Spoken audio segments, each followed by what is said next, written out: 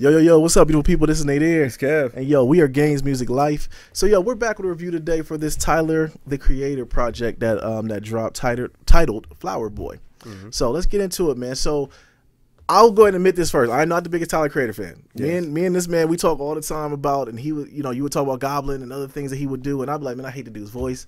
I thought he sounded like kind of like a Black Eminem, like Shock Factor type dude. So I will say I went into this only knowing him as Frank Ocean's homeboy.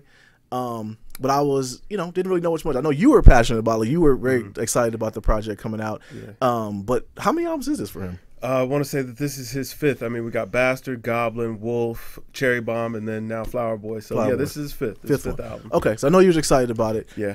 Going in, kind of a short album. Kind of took me by surprise being so short, but I think that's kind of the norm now. Like, everyone's releasing like kind of like within that 45-hour pocket. A lot of music, he got a lot done in there.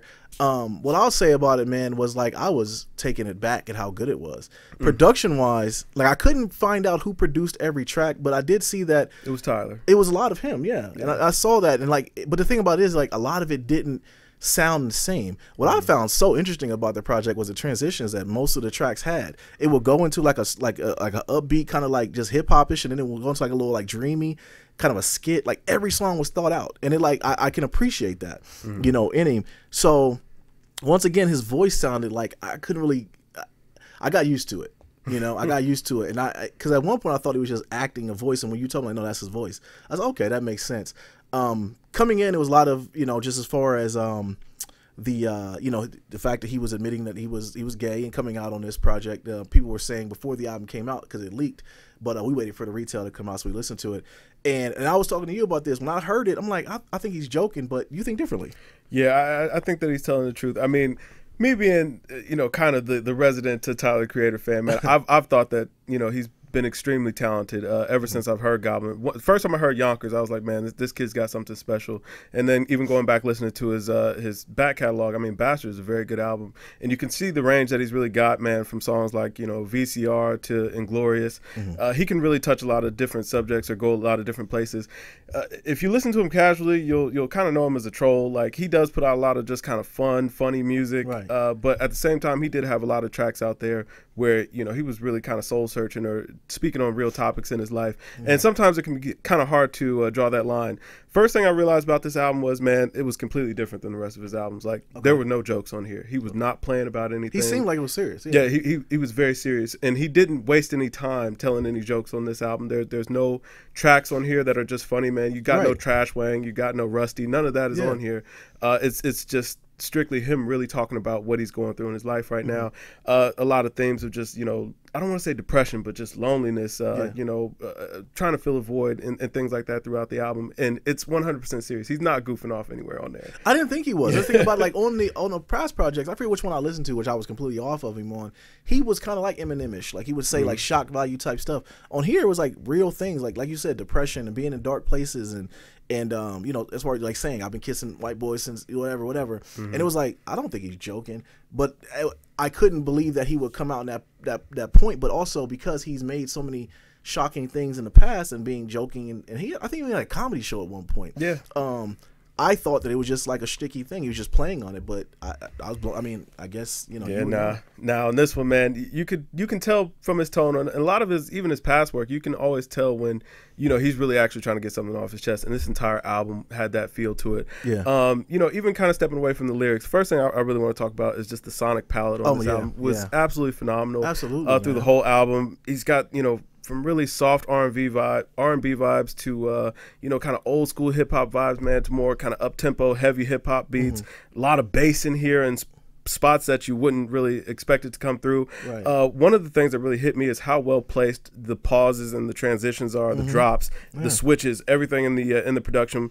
You can really hear on this one more so than ever before. Pharrell is his father. I mean, the NERD sound on this album is absolutely immaculate. He's really mastered that sound at this point. With Pharrell finally actually coming in at the end. I was looking through the track list like, man, Pharrell has to be somewhere in here. At the end, he was on there. But just from really stealing those just really weird synth keys that come through, those chords that come through there. And let me just tell you, like, man, he bodied the piano. Like, he's been bodying the piano throughout all his albums, but this one, it really sounded like that was his main focus, was making sure that the instrumentation on this album sounded right before doing anything else. And to me, it actually shows throughout the verses, because he kept all those verses just short, but he kept them just short, very short. Dense. But on some tracks, he wasn't even rapping. It would just be like playing the music, and he would start singing. Yeah, like, dude's super talented, man. Like, I really didn't expect this from him. I'll be honest with you. When I listened to it, I'm going through it, and Wayne coming through sounding spirited.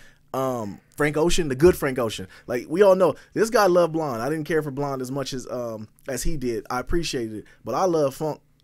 Frank Ocean, he's in there with just a funky vibe to it, and that's what Tyler gave us on here, man. I was blown away by it, man. Yeah, what really surprised me was him actually talking about, like, I didn't feel like this was a Tyler Creator album. I felt like this is a Tyler Okoma album, where he was just talking about, you know, fame and how that's affected his life, his step back from the spotlight, you know, kind of worries of what's going to be next for him, or what happens whenever all this is past, when people don't really care about the music anymore.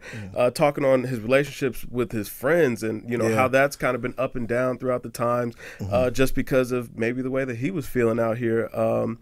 Taking a look at his just loneliness, trying to fill a void in his life that he's been going through, man. Just, you know, filling it with material things, which, if you familiar with his back catalog, he's always kind of denounced that stuff. Like, he didn't really care about jewelry and cars and all that stuff. Even when you seen him, you wouldn't think he was even rich. Like, he would, just a regular guy, you know. Like, when I saw him, it was like he wasn't the flashy. He basically embodied a lot of things that weren't rap or maybe West Coast. You know, it seemed like West Coast they don't tend to be as flashy as maybe the game does. But most cats are just like, whatever. I got a nice car, and you know they got money, but it's kind of like they live by their own, you know, beat of their own drum.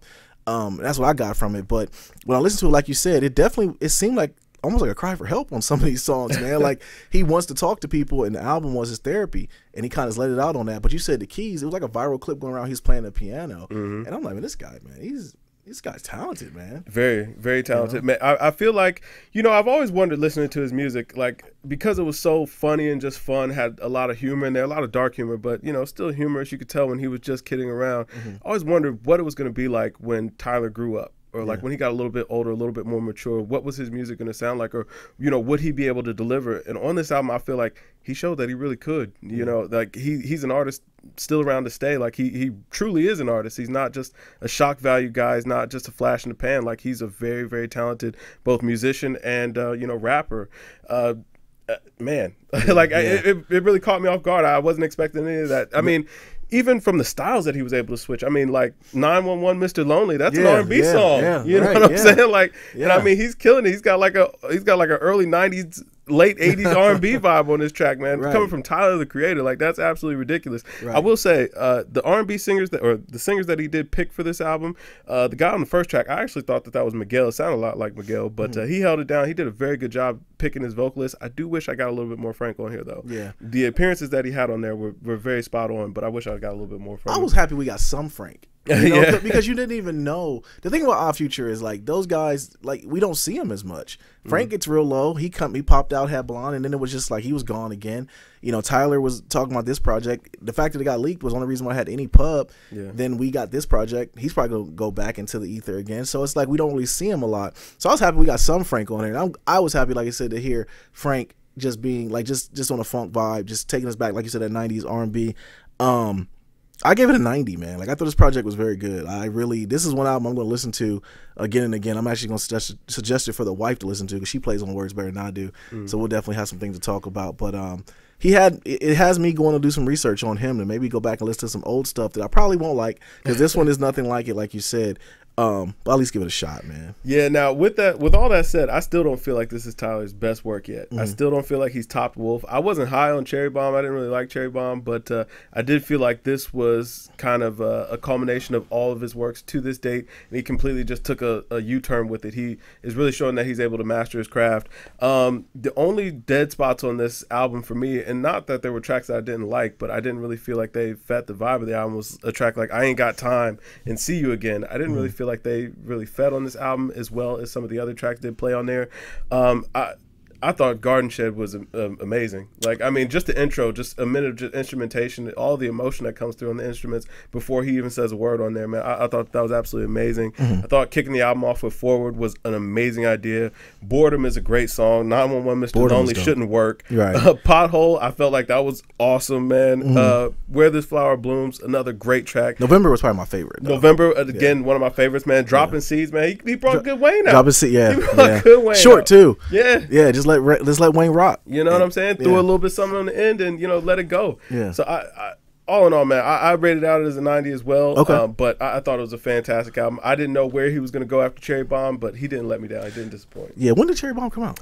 Cherry Bomb came out 2 years ago, 2015. Okay. Yeah. So I did some growth, man. Yeah, I mean, Cherry Bomb's not a terrible album, but I didn't really like it coming off of Wolf. Okay.